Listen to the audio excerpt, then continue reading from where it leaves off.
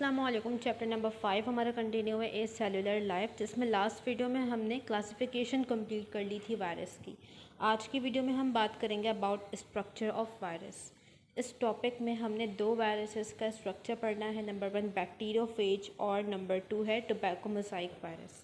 इसमें से बैक्टीरियोफेज का स्ट्रक्चर इंपॉर्टेंट है, जो कि एग्जाम में भी आता है और बुक में काफ़ी डिटेल में गिवन है, तो उसको हम अच्छे से पढ़ेंगे। ठीक है, पहले हम पढ़ने जा रहे हैं स्ट्रक्चर ऑफ बैक्टीरियोफेज। बैक्टीरियोफेज अगर हम देखें तो बैक्टीरियोफेज क्या है? बैक्टीरियोफेज एक वायरस है, एक ऐसा वायरस है जो बैक्टीरिया को इन्फेक्ट करता है। वो वायरस जो बैक्टीरियल सेल को इन्फेक्ट करेगा उसे हम क्या कहेंगे? बैक्टीरियोफेज। इसके अलावा सेकंड पॉइंट ये है कि बैक्टीरियोफेज एक डीएनए वायरस है। ये वो पॉइंट्स हैं जो अभी तक हम पढ़ चुके हैं। बैक्टीरियोफेज के बारे में हमें क्या पता है कि ये ऐसा वायरस है जो बैक्टीरिया को इन्फेक्ट करता है। नंबर 2 हमें ये पता है कि बैक्टीरियोफेज एक डीएनए वायरस है। अच्छा, अब बैक्टीरियोफेज की भी डिफरेंट टाइप्स होती हैं उनके स्ट्रक्चर की बेस पे। ठीक है, बैक्टीरियोफेज भी कई तरह के हैं। किस बेसिस पे? अपने स्ट्रक्चर की बेस पे उनका स्ट्रक्चर डिफरेंट है। अब पहले हम स्ट्रक्चर पढ़ेंगे, फिर हम देखेंगे कि कौन सी टाइप्स हैं और कैसे स्ट्रक्चर डिफरेंट है। ठीक है, तो पहले हम आते हैं स्ट्रक्चर ऑफ बैक्टीरियोफेज पे। जब बैक्टीरियोफेज के स्ट्रक्चर में 3 मेन पार्ट्स हैं। कौन सा पार्ट है? फर्स्ट इसका है हेड रीजन। बैक्टीरियोफेज में हमें एक हेड मिलेगा। फिर इसका है टेल पोर्शन, टेल पार्ट मिलेगा। और लास्ट है बेस प्लेट। सबसे लास्ट में हमें क्या मिलेगी? एक बेस प्लेट मिलेगी। तो ये 3 मेजर पार्ट्स हैं एक बैक्टीरियोफेज के। सबसे ऊपर हेड, उसके नीचे टेल और फिर उसके नीचे बेस प्लेट। नाउ अब तीनों पार्ट्स को हम डिटेल में देखेंगे। फर्स्ट हम बात करते हैं हेड रीजन। बैक्टीरियोफेज का हेड का स्ट्रक्चर कैसा है और उसमें कौन सी चीज़ें? हमने जब बेसिक स्ट्रक्चर पढ़ा था वायरस का, वहाँ पर हमने देखा था कि वायरस के पास, किसी भी वायरस के पास 2 मेन पार्ट्स होंगे, 2 पार्ट्स लाजमी होंगे। एक उसका जीनोम होगा और एक उस जीनोम की कवरिंग होगी, जिसे हम कहते हैं कैप्सिड। ठीक है, यहाँ तक समझ आया? अच्छा, अब बैक्टीरियोफेज का अगर हम हेड पोर्शन देखें तो बैक्टीरियोफेज के हेड में सबसे पहले है जीनोम। हेड में हमें क्या मिलेगा? एक जीनोम मिलेगा। जेनेटिक मटेरियल बैक्टीरियोफेज का कहाँ पर मौजूद होगा? हेड में मौजूद होगा। जीनोम, जीनोम में क्या होगा? डीएनए, क्योंकि बैक्टीरियोफेज एक डीएनए वायरस है। नंबर 2, इस जीनोम के ऊपर कवरिंग होगी। उस कवरिंग को हम क्या कहते हैं? कैप्सिड। तो हेड रीजन में कौन से 2 कंपोनेंट्स आ गए? एक जीनोम, एक कैप्सिड। ये स्ट्रक्चर है बैक्टीरियोफेज का। यहाँ पर सेंटर में देखो, ये क्या है? ये जीनोम है बैक्टीरियोफेज का, ये डीएनए है। और इसके ऊपर जो ये कवरिंग है, इस कवरिंग को हम क्या कहेंगे? कैप्सिड। ये क्या है? कैप्सिड। और ये पूरा स्ट्रक्चर यहाँ से लेकर यहाँ तक, ये क्या है? ये हेड रीजन है। तो हेड रीजन है ये, इसमें 2 कंपोनेंट्स आ गए। Number 1 genome, number 2 capsid. ठीक है, हेड में 2 चीज़ें आएंगी, जीनोम और कैप्सिड। अच्छा, अब कैप्सिड क्या है? एक कवरिंग है जीनोम के ऊपर। ये कवरिंग बनी हुई है प्रोटीन की। कैप्सिड को बहुत से स्मॉल प्रोटीन्स मिल के बनाते हैं। ये बहुत से प्रोटीन्स के सब यूनिट्स हैं। क्या है? सब यूनिट्स। ये सब यूनिट्स मिलकर पूरा कैप्सिड का स्ट्रक्चर बनाएंगे। ठीक है, इन सब यूनिट्स को हम कहते हैं कैप्सोमेयर। तो कैप्सिड जिस प्रोटीन का बना होगा, जिस प्रोटीन के सब यूनिट का बना होगा, उसे हम क्या कहेंगे? कैप्सोमेयर। तो कैप्सोमेयर वो प्रोटीन है जो कैप्सिड में मौजूद होगा। ये सब यूनिट्स हैं प्रोटीन के जो मिल के पूरा कैप्सिड का स्ट्रक्चर बनाएंगे। अच्छा, अब जो कैप्सोमेयर की अरेंजमेंट है ना, वो डिफरेंट वायरसेस में डिफरेंट है। कुछ वायरसेस में कैप्सोमेयर अरेंज होता है इस तरह से, हेलिकल फॉर्म में। कुछ में ये अरेंज होता है स्फेरिकल फॉर्म में। तो कैप्सोमेयर के अरेंजमेंट की वजह से डिफरेंट वायरसेस को डिफरेंट शेप मिल जाता है। डिफरेंट वायरस का जो कैप्सिड है वो डिफरेंट शेप का बन जाता है।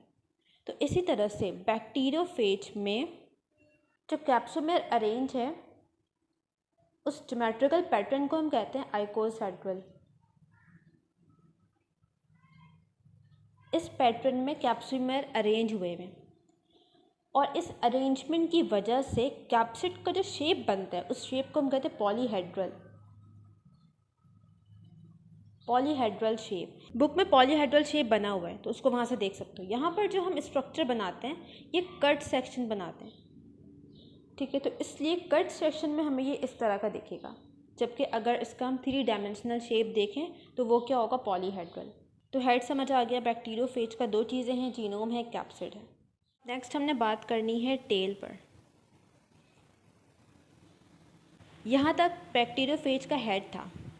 अब इससे नीचे का जो पार्ट है ये टेल पोर्शन बनाता है, ठीक है। यहाँ से लेकर यहाँ तक का पार्ट ये क्या है, टेल पोर्शन है इसका। यहाँ पर देख सकते हो जो टेल है ये एक ट्यूब की फॉर्म में है। इस टेल का सबसे ऊपर वाला पार्ट, ये वाला पार्ट जो थोड़ा डिफरेंट सा दिख रहा है, इस पार्ट को हम कहते हैं कॉलर। ये क्या करता है, टेल के बाकी पोर्शन को हेड पोर्शन से अटैच करता है, सही है। अच्छा, अब टेल भी किसका बना हुआ है, टेल भी डिफरेंट तरह के प्रोटीन से फॉर्म है। अच्छा, अब कॉलर के नीचे का जो पार्ट है टेल का, इसके 2 रीजन्स हैं। इसकी एक इनर ट्यूब होती है और इसके ऊपर एक कॉन्ट्रैक्टाइल शीट होती है, ठीक है। यहाँ पर जो इनर ट्यूब है ये नॉन कॉन्ट्रैक्टाइल है, ये कॉन्ट्रैक्ट नहीं हो सकती जो इनर ट्यूब है, जबकि जो आउटर शीट है ये कॉन्ट्रैक्टाइल है, ये कॉन्ट्रैक्ट कर सकती है। अब इसके कॉन्ट्रैक्ट होने से क्या होता है इसको हम समझते हैं। ये इसका इनर ट्यूब है, ये इसका आउटर पार्ट है। अब ये वायरस आकर एक बैक्टीरियल सेल पे अटैच हुआ है, तो यहाँ पर क्या होता है कि जो आउटर शीट है जो कि कॉन्ट्रैक्टाइल है ये कॉन्ट्रैक्ट कर जाती है, ये कॉन्ट्रैक्ट कर जाती है और जो इनर ट्यूब है इसकी ये इस तरह से बाहर निकल जाती है। देखो बॉल पेन देखा है ना, इसकी जो स्प्रिंग होती है जब ये कॉन्ट्रैक्ट करती है तो क्या होता है, इसके अंदर जो इंक ट्यूब का पार्ट है ये बाहर आ जाता है। बिल्कुल इसी तरह से जो बैक्टीरियोफेज का ये आउटर पोर्शन है जो कि कॉन्ट्रैक्टाइल शीट है ये स्प्रिंग की तरह है। जब ये कॉन्ट्रैक्ट करेगा तो इसके अंदर जो ट्यूब है जो कि नॉन कॉन्ट्रैक्टाइल है वो बाहर आ जाएगी, ठीक है। तो इसको इस तरह से समझ सकते हो। अब यहाँ पर बैक्टीरियल सेल में ये आके अटैच हुआ है, इसकी आउटर कवरिंग कॉन्ट्रैक्ट कर गई है, जो इसके अंदर ट्यूब थी वो बाहर आ गई है। बाहर आने का मतलब क्या है कि वो बैक्टीरियल सेल में पेनिट्रेट कर गई है, ठीक है, बैक्टीरियल सेल के अंदर चली गई है। अब इससे क्या होगा, पेनिट्रेशन से क्या हुआ कि इसके हेड में जो जेनेटिक मटेरियल था ये अब इसके ज़रिए होता हुआ बैक्टीरियल सेल में आ जाएगा। ये पॉइंट समझ आया। इस तरह से अब जेनेटिक मटेरियल बैक्टीरियोफेज से बैक्टीरियल सेल में आ चुका है, ठीक है। अब टेल से नीचे का जो पोर्शन है इसे हम कहते हैं बेस प्लेट। नंबर 3 हमारा क्या है, बेस प्लेट है। टेल से नीचे का पोर्शन ये क्या कहलाता है, बेस प्लेट। ये एक डिस्क शेप स्ट्रक्चर है, डिस्क शेप। अच्छा, इस बेस प्लेट से बहुत से टेल फाइबर्स निकल रहे हैं। ये जो हमें इस तरह के प्रोजेक्शंस दिख रही हैं इसे हम कहते हैं टेल फाइबर। ये क्या है, टेल फाइबर। इसके अलावा बेस प्लेट में कुछ पिंस की तरह के प्रोजेक्शंस निकली हुई हैं, स्मॉल प्रोजेक्शंस हैं, इन्हें हम कहते हैं टेल पिंस। जो ये लार्ज प्रोजेक्शंस हैं फाइबर की तरह वो क्या कहलाएगी, टेल फाइबर। और जो स्मॉल प्रोजेक्शंस हैं जो कि बॉटम से राइज हो रही है उससे हम क्या कहेंगे, टेल पिंस, ठीक है। टेल फाइबर यूजुअली 6 होते हैं बैक्टीरियोफेज में। इसका फंक्शन क्या है, ये अटैचमेंट में हेल्प करता है। अभी हमने बात की ये बैक्टीरियल सेल है, इसके ऊपर ये फेज आकर अटैच होगा पहले। तो अटैचमेंट कैसे होगी बैक्टीरियोफेज की, इसी टेल फाइबर के ज़रिए होगी। टेल फाइबर का काम क्या है, ये बैक्टीरियोफेज को बैक्टीरियल सेल से अटैच होने में हेल्प करता है। और जो टेल पिन्स हैं, टेल पिन्स क्या करती हैं, ये बैक्टीरियल सेल है, ये टेल पोर्शन है, ये बेस प्लेट का पार्ट है और ये पिन्स हैं।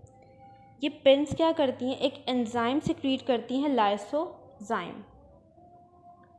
लाइसोजाइम क्या करता है, यहाँ की वॉल्स को डिग्रेड करता है, ठीक है, जिसकी वजह से ये जो टेल पिन्स हैं ये बैक्टीरिया के वॉल में पेनिट्रेट कर जाती हैं। टेल फाइबर्स एक्सटर्नली अटैचमेंट में हेल्प कर रहे हैं, ठीक है, ये क्या कर रहा है, बाहर से अटैचमेंट में हेल्प कर रहा है, जबकि जो टेल पिन्स हैं ये बैक्टीरियल वॉल्स के अंदर पेनिट्रेट कर गई हैं, ठीक है।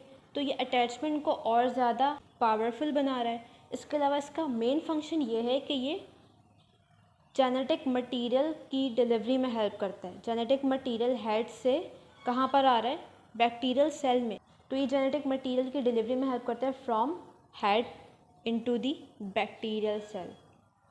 यहाँ तक क्लियर है तमाम पॉइंट्स।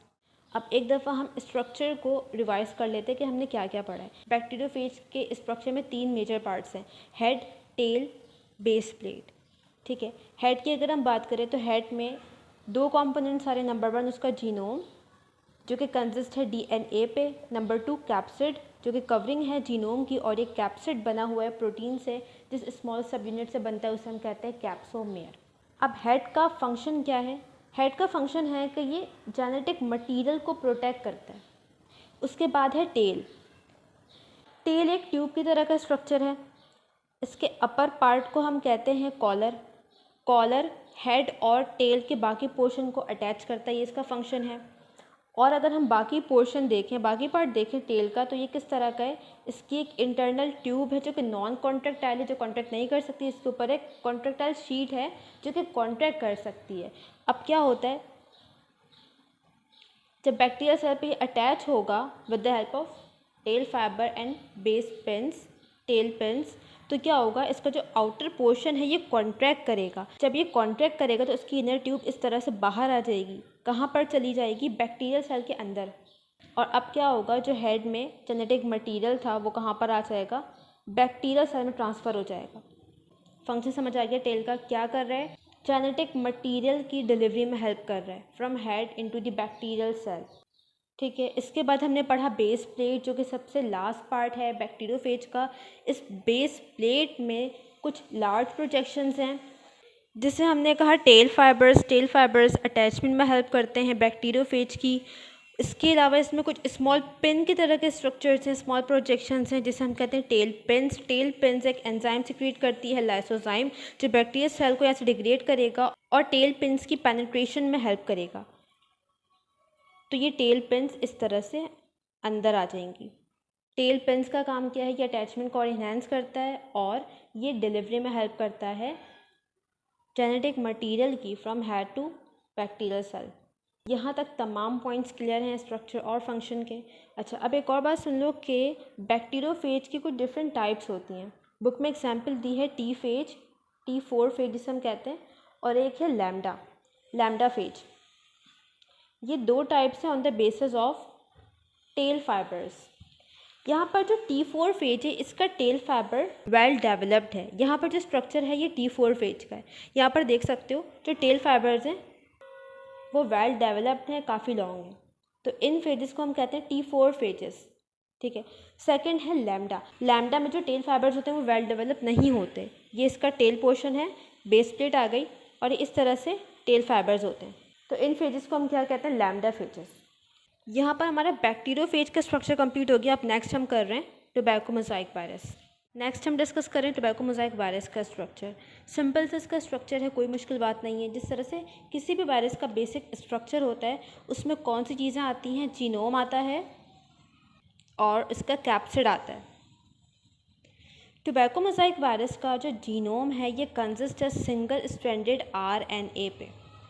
टोबैको मोज़ाइक वायरस में सिंगल स्ट्रैंडेड RNA होगा एज जीनोम, और उसकी जो कवरिंग है उसे हम क्या कहेंगे, कैप्सिड। कैप्सिड कुछ प्रोटीन से बना होता है, प्रोटीन सब यूनिट से, जिसे हम कहते हैं कैप्सोमेयर। यहाँ पर जो कैप्सोमेयर की अरेंजमेंट है ये हेलिकल फॉर्म में, ठीक है, स्प्रिंग की तरह है। यहाँ जो ब्लैक पोर्शन दिख रहा है ये क्या है, ये कैप्सिड है। ये हेलिकल फॉर्म में ये प्रोटीन्स अरेंज हैं, और जब ये हेलिकल फॉर्म में अरेंज होते हैं तो एक रॉड शेप स्ट्रक्चर बन जाता है वायरस का। जब एक हेलिकल स्ट्रक्चर है स्प्रिंग लाइक, उसको जब हम प्रेस कर देंगे तो एक रॉड शेप का स्ट्रक्चर बन जाएगा। उसी तरह से इस वायरस का स्ट्रक्चर होता है। यहाँ पर ये जो सेंट्रल रीजन है ये क्या है, ये जीनोम है आरएनए, और जो इसकी एक्सटर्नल कवरिंग है ब्लैक कलर की ये क्या है, ये कैप्सिड है। और ये जो स्मॉल सब यूनिट्स दिख रहे हैं ये क्या है, ये प्रोटीन है जिससे मिलके कैप्सिड बना है। इस प्रोटीन को हम कहते हैं कैप्सोमेयर। अच्छा, अब टोबैको मोज़ाइक वायरस के बारे में 2 पॉइंट्स हैं कि ये एक प्लांट वायरस है और ये टोबैको प्लांट में डिज़ीज़ करवाता है। उस डिज़ीज़ को हम कहते हैं टोबैको मोज़ाइक डिज़ीज़। और ये फर्स्ट वायरस है जो डिस्कवर हुआ था। सबसे पहला वायरस जो डिस्कवर हुआ था वो कौन सा था, टोबैको मोज़ाइक वायरस। किस प्लांट में डिस्कवर होता है, इन टोबैको प्लांट। तो यहाँ पे हमारा टॉपिक कंप्लीट होता है स्ट्रक्चर ऑफ वायरस का।